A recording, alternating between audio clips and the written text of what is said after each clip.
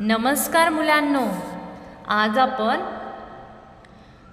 चित्राऐवजी शब्द वापरून वाक्य तयार करणार आहोत। चला तर मग तुम्ही पण वाक्य तयार करा, लिहा आणि वाचा। बघा, वाक्य पहिले, चित्र कशाचं दिसत आहे? घर। मग कसं वाचायचं? हे आमचे घर।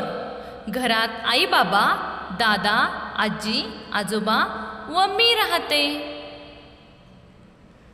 वाक्य दुसरे, आई घरी कशाचं चित्र दिसत आहे? लॅपटॉप। आई घरी लॅपटॉपवर काम करते। त्यानंतर वाक्य तिसरे, बघा, मी कशाचं चित्र आहे? सायकल। मी सायकल चालवते। पुढे आहे, आजोबांसाठी औषध आणते। अशा प्रकारे जिथे चित्र दिसेल तिथे शब्द वापरायचा आहे। आता अशीच अजून वाक्य बघूया। वाक्य चौथे, बघा काय दिसतंय समोर? बघा, हे झेंडूचे फूल आहे। बाबा सणाच्या दिवशी झेंडूचे, बघा काय दिसतंय? तोरण। झेंडूचे तोरण दारावर लावतात।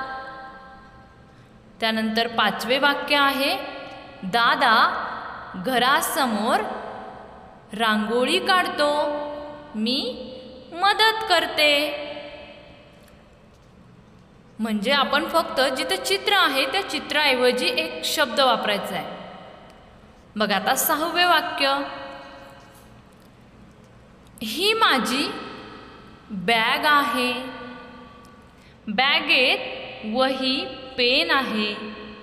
वाक्य सातवे, दादाने वर पाहिले, आकाशात ढग आले।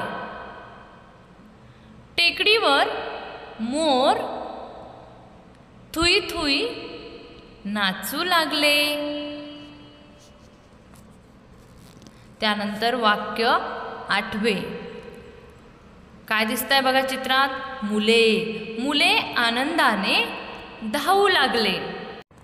म्हणजे बघा मुलांनो, आपण जिथे चित्र आहे तिथं शब्द वापरला आहे। चला तर मग तुम्ही पण यासारखी अजून वाक्य तयार करा।